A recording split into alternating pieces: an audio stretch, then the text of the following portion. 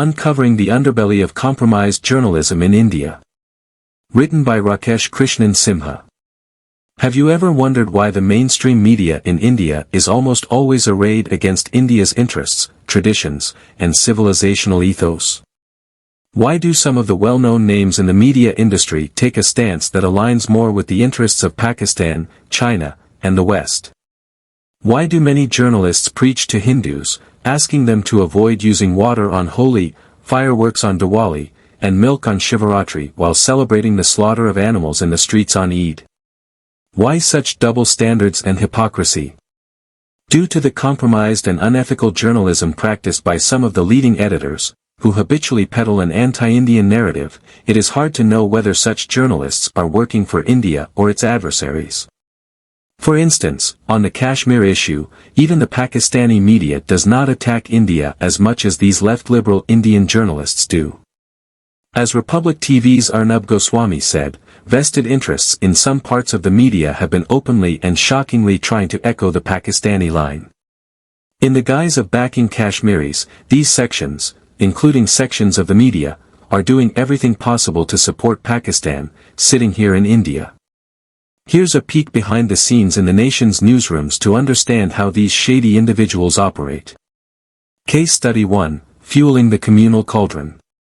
One of my earliest encounters with an unethical journalist happened during the 2002 Gujarat riots. I was the copy editor at a leading Delhi-based national daily, and what you're about to read is straight from the trenches.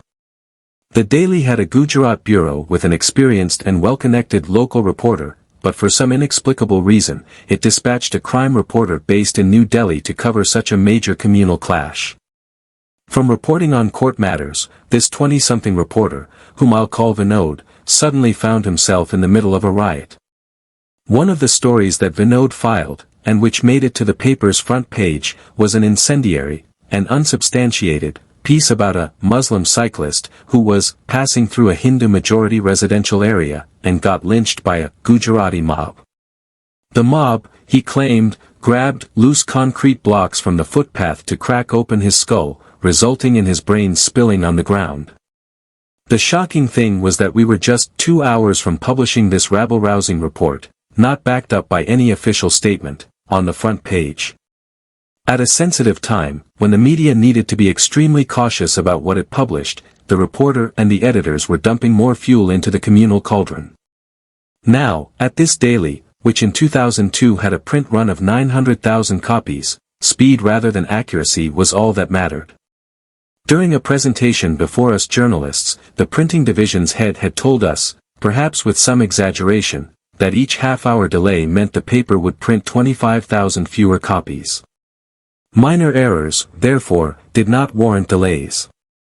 If there was a delay of more than 5 minutes past 11 o'clock p.m. the following morning, we had to provide a good reason for overshooting the deadline.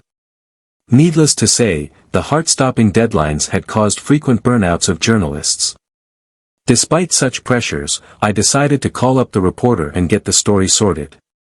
Here's how the phone call went. Delhi Bureau, did you see the man being killed? Vinod, no. But I have reliable sources who did. Delhi Bureau, so, who is your source?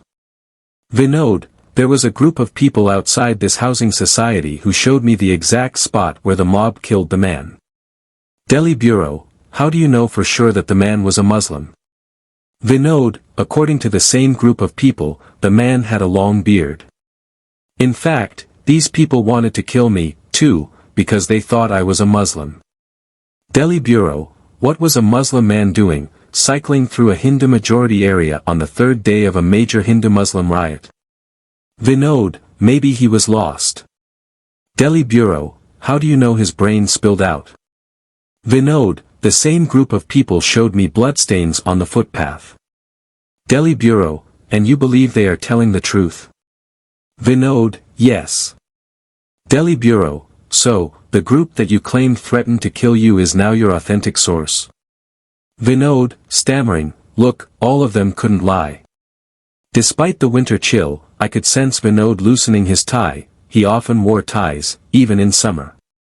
In all those years at the paper, he was not used to being questioned like this. However, being a glib operator, he thanked me for calling him and said he would try to clear up all my doubts. My biggest worry at that point was that the graphic details would inflame people in other parts of Gujarat and India and spark more violence the following day. There was no point appealing to my line editor's journalistic ethics or his concern, if any, for public safety or India's image. Also, there was the possibility that Vinod was the management's hitman, in which case I would be victimized, too. There was only one way out. I told the line editor that such a gory piece could spark communal riots in Delhi. Self-preservation appeals to everyone, so he quickly asked me to find a replacement story. A couple of hardcore liberals protested but were overruled. Years later, I mentioned the riot story to one of his former bosses, who told me, Vinod is a complete fraud, and I would not for a second doubt if he himself concocted the Gujarat story. Once under pressure to do a major story for the Sunday magazine, he just didn't show up and sent a message, saying he wasn't feeling well and couldn't come to the office.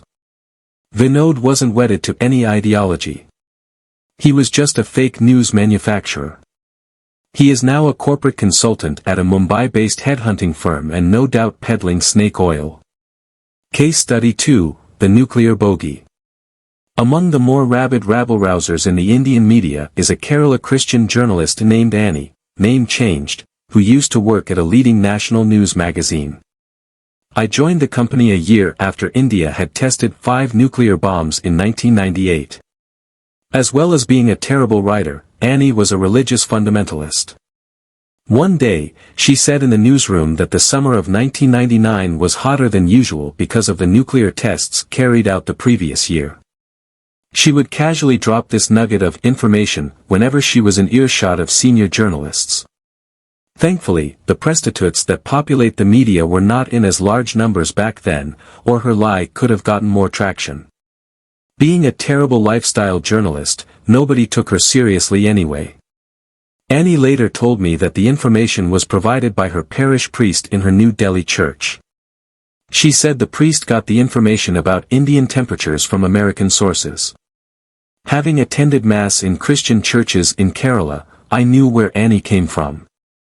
The church is a big influencer in all temporal matters, and many who attend Sunday Mass faithfully regurgitate the regular anti-India and anti-Hindu drivel by the priests. Annie is still around peddling her church's Breaking India agenda through her anti-Hindu articles. The irony is that these Christian journalists who openly trash India, the defense forces, Hinduism, Hindu monks, and Hindu kings and queens are allowed to continue in their plum jobs by newspaper owners who belong to devout business families such as the Birlas, Goenkas, and Jains. Case Study 3, The Television Salesman. This case happened during my stint at a Delhi-based magazine. Every year, the magazine had a Diwali special with a feel-good cover story on the mega deals available for the middle class. When the nearly 3,000-word story landed in my inbox, it didn't take me long to edit as it was a well-written story by a senior writer. However, one paragraph struck me as odd as it mentioned the prices of 2 flat-screen televisions introduced by a leading company. The pesky para was not germane to the story, it looked like it was put in there to influence the share price of the TV company. It made the entire article look like a paid advertorial. I deleted the sentences and ran them past the writer, who reinserted them before sending me the approved copy. I again removed the paragraph and sent it for production. When the layout proofs were sent to the writer, he called and asked me to add that paragraph again. I said maybe he was just being helpful to the reader, but some readers would look at it as a plug. He hung up and called the copy editor, my boss, demanding that he reintroduce the paragraph. Finally, a compromise was reached. The para was retained, but some of the more blatant plugs were removed. I remember a senior colleague commenting, either a brand new TV or a large amount of cash has changed locations in Mumbai. They call themselves journalists.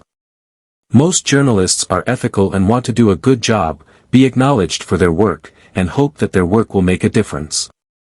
Many routinely reject bribes and won't accept junkets or even a token gift. I knew this senior editor, who banged down the phone on Mulayam Singh Yadav, then the chief minister of the UP state, in my presence because the chief minister had dared to invite him for a cup of tea.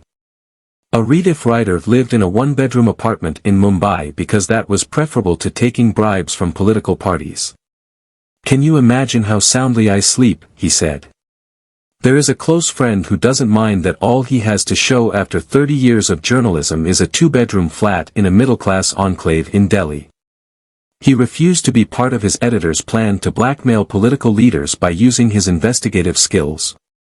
However, there is a co-opted minority of journalists who are in bed with politicians, foreign agents, and corporations, and this is a huge problem. The media is increasingly viewed with suspicion because these journalists use shoot-and-scoot methods, i.e., alleging the most outlandish things, stirring the pot of sensationalism, and then going underground. By the time they are exposed, a few weeks would have elapsed, and the country would have moved on to the next big story. The journalists who indulge in such harmful activities will pretend to be liberal and impartial, claim to be sophisticated listeners of Bach, and they will order single malt at a Khan market eatery.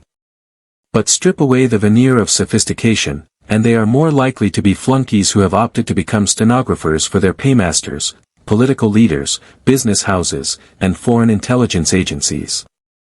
Note that these so-called liberals rarely, if ever, campaign for truly liberal issues, banning triple talaq, uniform civil code, legalizing prostitution, gay and lesbian rights, and so on.